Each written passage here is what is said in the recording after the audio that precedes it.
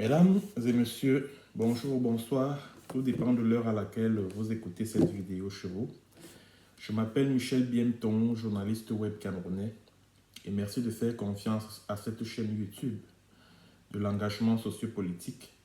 Merci de vous abonner à cette chaîne. Merci surtout de partager cette vidéo qui revient sur l'affaire Florence Ayafor, du nom de cette gardienne de prison dont on a attenté à la vie le 29 septembre 2019 dans des circonstances que tout le monde sait. Dans ma précédente vidéo sur cette affaire, je parlais du rôle du commandant de la division de la sécurité militaire, le colonel Joël-Émile Mbamkui. Je vous expliquais donc que ce monsieur a joué un double rôle dans cette affaire. Un rôle qui s'apparente à un service après-vente, c'est-à-dire que après que Florence Ayafor ait été neutralisée, comme elle l'a été, il revenait à la division, à la CEMIL, comme ça s'appelle au Cameroun, premièrement, d'exécuter sommairement ces jeunes gens qui ont participé de manière active à, on va dire, à supprimer la vie à cette gardienne de prison. Excusez-moi, vous savez que YouTube n'aime pas l'usage de certains termes. Voilà pourquoi je cherche les mots qui sont propres à ce réseau social-là pour ne pas être sanctionné. Alors, il était question donc pour la division de la sécurité militaire, premièrement, comme je le disais, d'effacer ces jeunes gens qui ont participé à la disparition de Florence Ayafor au village Péning, ce fameux 29 septembre 2019. Parce que si ces jeunes gens étaient traduits devant un tribunal, ils auraient été amenés à faire un certain nombre de témoignages qui risquaient d'éclabousser leur commanditaire tapis au sommet de l'État du Cameroun. Voilà pourquoi ils ont été exécutés sommairement à l'antenne CEMIL du littoral à Douala.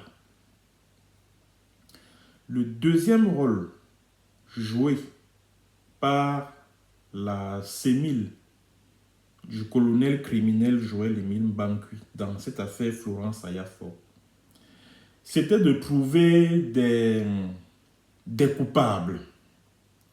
Voilà pourquoi des agents de cette division de la sécurité militaire sont allés enlever des innocents, de jeunes gens qui certes sont originaires de Santa mais n'ont jamais mis pied à Pignon. Il s'agit de Niba Innocent Akuma et de Edmond Ngam. Deux jeunes gens qui se battaient pour nourrir leur petite famille à travers, en faisant du petit commerce au quartier Bonabiri à Douala. La CEMIL les a enlevés fin juin 2020, les a conduits, c'est-à-dire que des agents CEMIL les ont enlevés, puis les ont conduits à l'antenne CEMIL du littoral à Douala, où ils ont été copieusement torturés avant d'être transférés à la division de la sécurité militaire du ministère de la Défense à Yaoundé, c'est-à-dire les bureaux du colonel Émile Mbamkui. Et par la suite,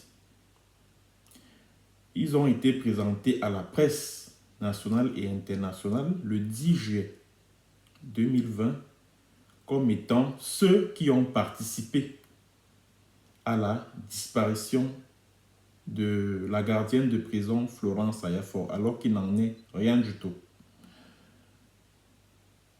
Au cours de cette séance vidéo, mesdames et messieurs, il sera question de dire qui sont les autres commanditaires de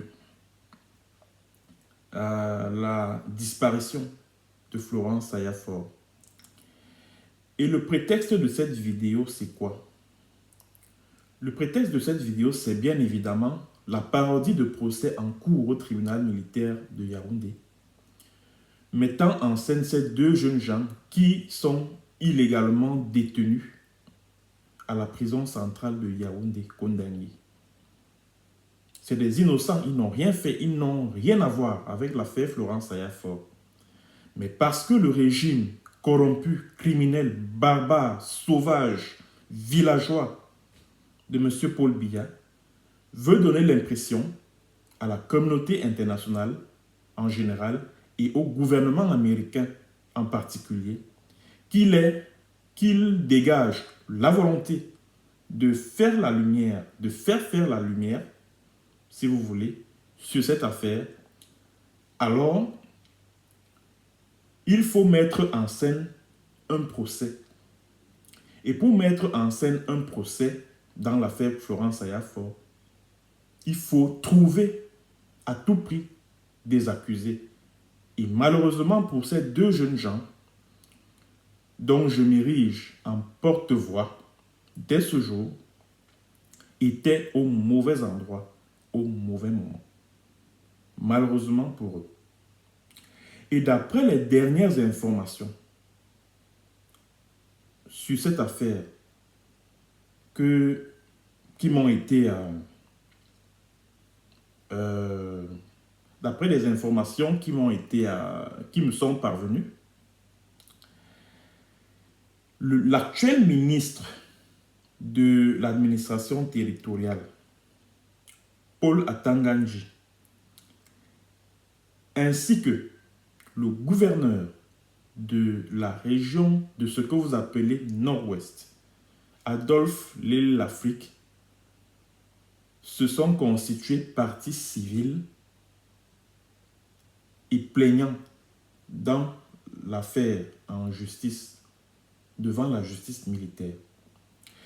Je répète, au lieu que ce soit la famille de Florence Ayafor qui soit les plaignants, qui soit la plaignante légitime dans cette procédure, c'est Paul Atanganji, ministre de l'administration territoriale, et Adolphe Lélé-Lafrique, gouverneur de la région de ce que vous appelez Nord-Ouest, qui se constitue en plaignant dans l'affaire.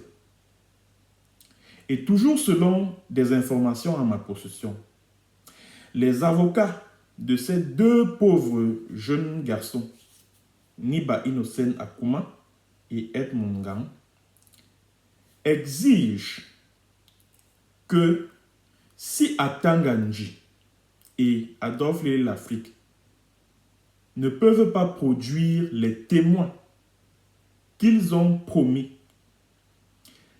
alors que le tribunal militaire en tire les conséquences de droit et fasse libérer ces deux jeunes gens. Voilà où en est cette procédure.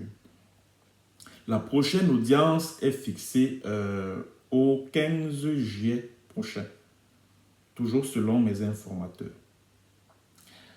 Alors, j'ai envie de me poser la question suivante. De quoi Atanga Paul Ndji se mêle? Pourquoi se sent-il autant concerné par la disparition de Florence Ayafor? Pourquoi se sent-il autant concerné? Pourquoi Adolphe Lélé-Lafrique se sent-il autant concerné par cette disparition de Florence Ayafor? C'est tout simplement parce que Atanganji Paul et Adolphe Lafrique sont les principaux suspects, les principaux commanditaires de l'élimination physique de Florence Ayafor, la gardienne de prison, dont on a supprimé la vie le 29 septembre 2019, c'est-à-dire la veille de l'ouverture du grand dialogue national à Yaoundé. Atanga Paul Ndji et Adolphe Lafrique sont les suspects numéro 1 et les principaux commanditaires de l'élimination physique de la gardienne de prison Florence Ayafor, paix à son âme. À l'époque, quand cette affaire a éclaté, fin septembre, début octobre 2019, j'avais déjà, sur la base des indices en ma possession, soupçonné Atanga Paul Ndji d'être le principal commanditaire de la disparition de cette pauvre dame. Et pour ceux qui m'ont suivi sur Facebook, j'avais déjà soupçonné, en plus d'Atanga Ndji, Adolphe Lafrique. Et d'après la découverte que j'ai faite tout récemment, le rôle d'Adolphe Lafrique dans cette affaire était que ce dernier était en contact avec l'un des exécuteurs de Florence Ayafor. En contact téléphonique s'entend.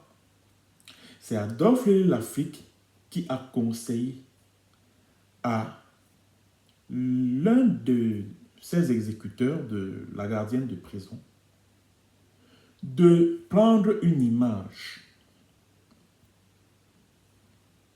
du moment où elle est...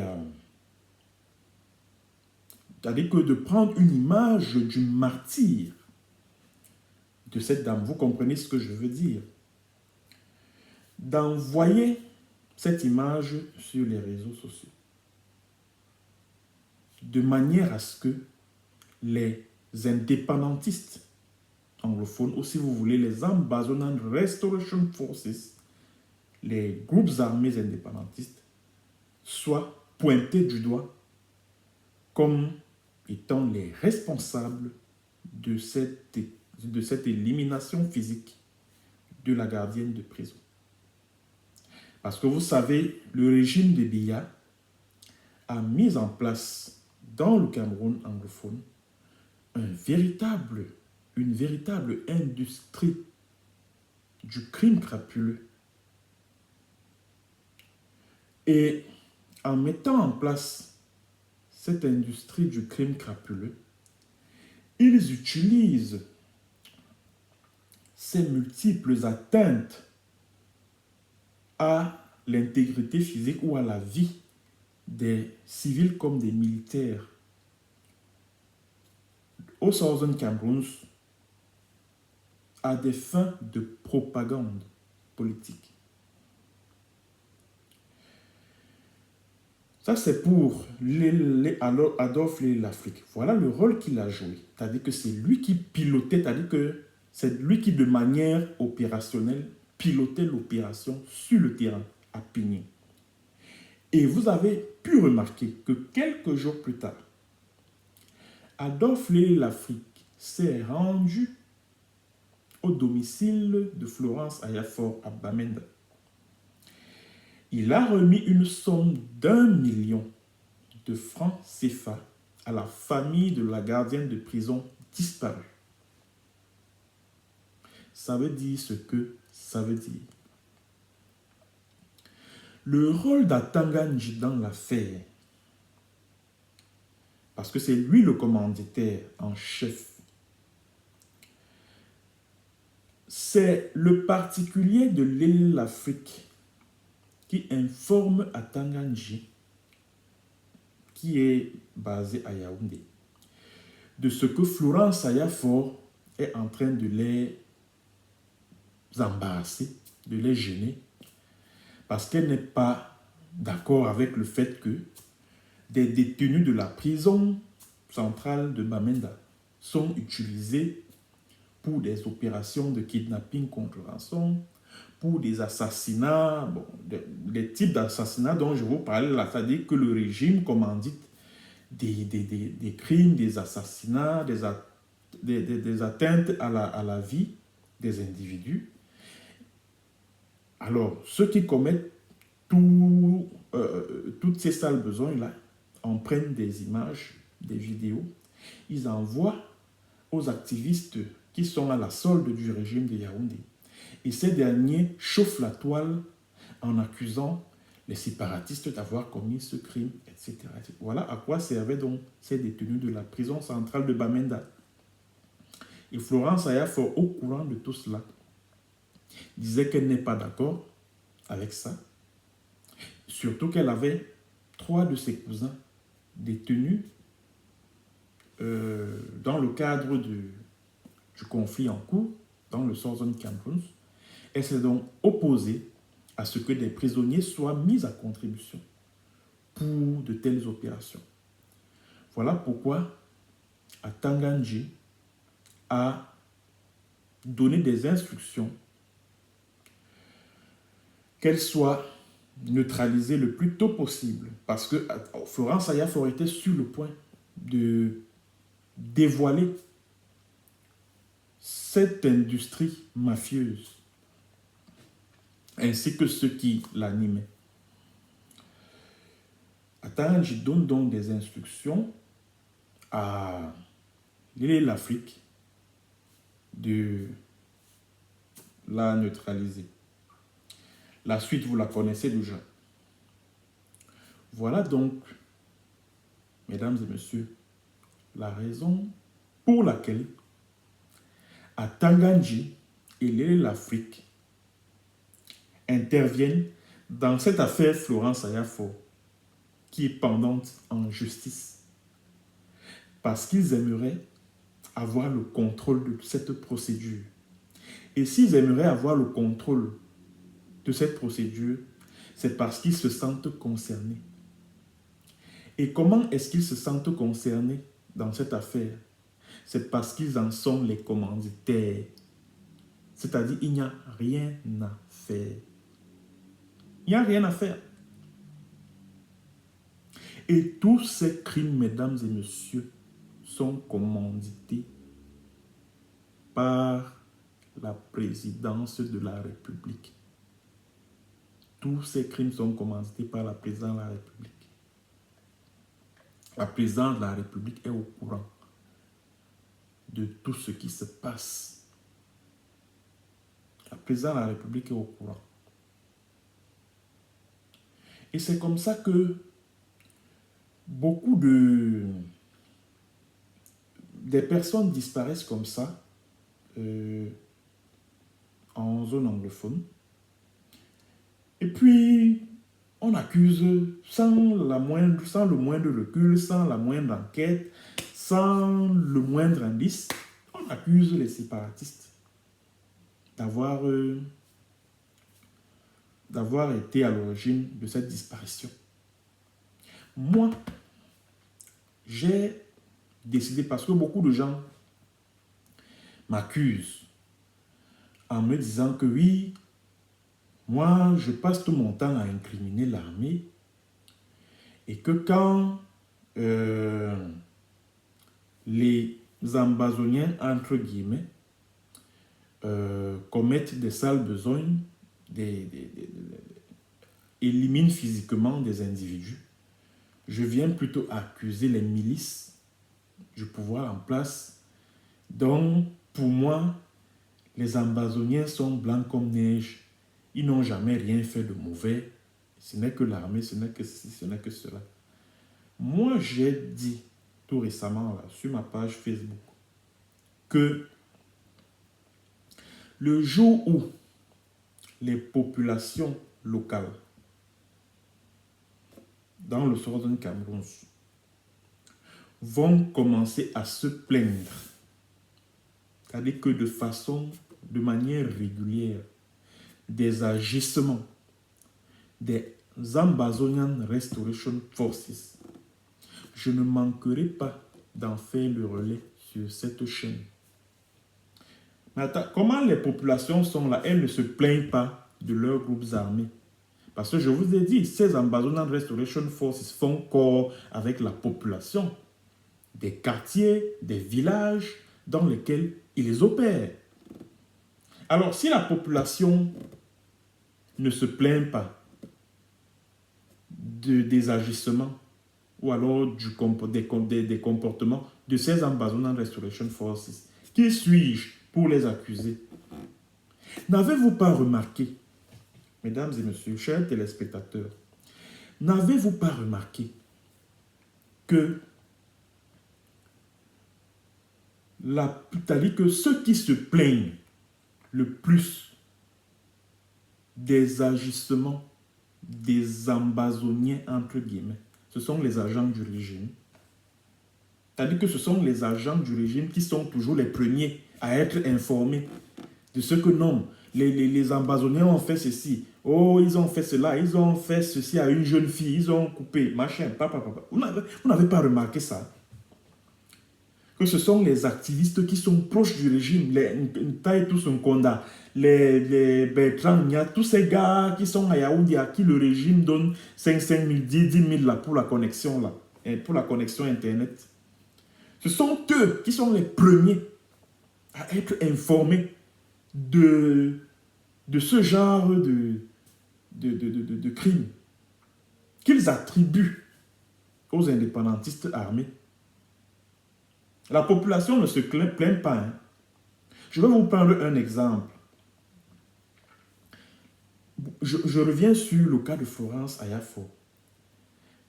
Quand l'annonce de la disparition de Florence Ayafor a été faite, d'abord, qui est-ce qui a été le premier à avoir l'information? Ce n'est même pas la famille de Florence Ayafor.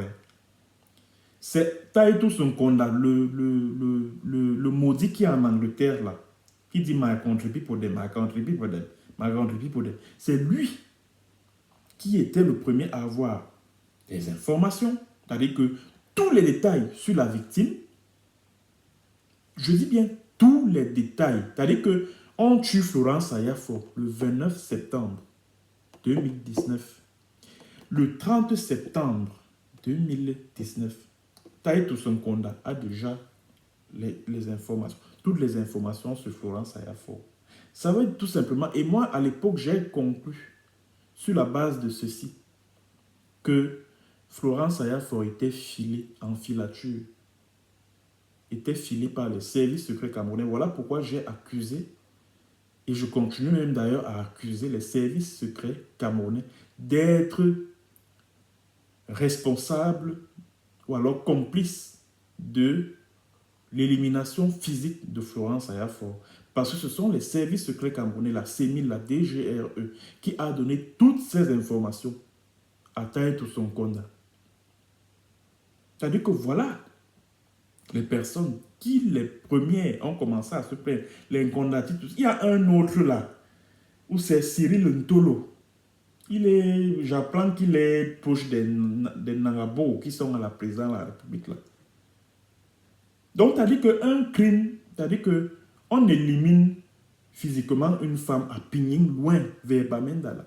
Et c'est quelqu'un qui est à Yaoundé, Cyril Ntolo, qui se plaint. Ouais, j'accuse, ouais, ceci, cela, machin. Les terroristes sécessionnistes. La population, les populations qui sont même autour, qui vivent autour de la scène de cette disparition-là, ne se plaignent pas. C'est un individu qui est à Yaoundé, à la présidence, à Etoudi, qui est proche des Nangabo, qui veulent confisquer le pouvoir à la présidence. C'est lui qui se plaint. C'est lui qui se plaint. À Mouyouka, une jeune fille comme Fatouma Sam, on l'a fait disparaître dans les conditions que vous-même vous savez. Ce sont les activistes. C'est-à-dire que même sa famille ne se plaint même pas. Ce sont les activistes proches du régime qui sont les premiers à avoir l'information. Ce sont les activistes proches du régime. Et même quand ils ont failli manipuler l'opinion nationale et internationale avec ces enfants dont on a attenté à la vie à Kumba le 24 octobre 2020, les toutes premières personnes qui se plaignaient sur la toile, c'était les gens de Yaoundé. Et les séparatistes, ils ont encore fait ceci, blablabla. Ce sont les gens de Yaoundé qui se plaignaient. Les parents de ces enfants-là, donc qu'on a éliminés physiquement, ainsi que les voisins, bref, les populations de Kumba, n'accusaient même pas les séparatistes. Hein. Les populations de Kumba n'accusaient même pas les séparatistes. Ce sont les gens de Yaoundé, le gouvernement, les faux activistes à la solde de Biya et de son régime là. Ce sont eux qui criaient partout, qui se plaignaient, qui pleuraient même plus que les familles de ces enfants. Et vous voulez que moi je prenne tout ça au sérieux? Vous voulez que je prenne ça? Les populations elles-mêmes ne se plaignent pas des Amba Boys, des Amba Restoration Force. C'est moi bientôt qui va venir les condamner, qui va venir les accuser de crimes, de machin, de ceci.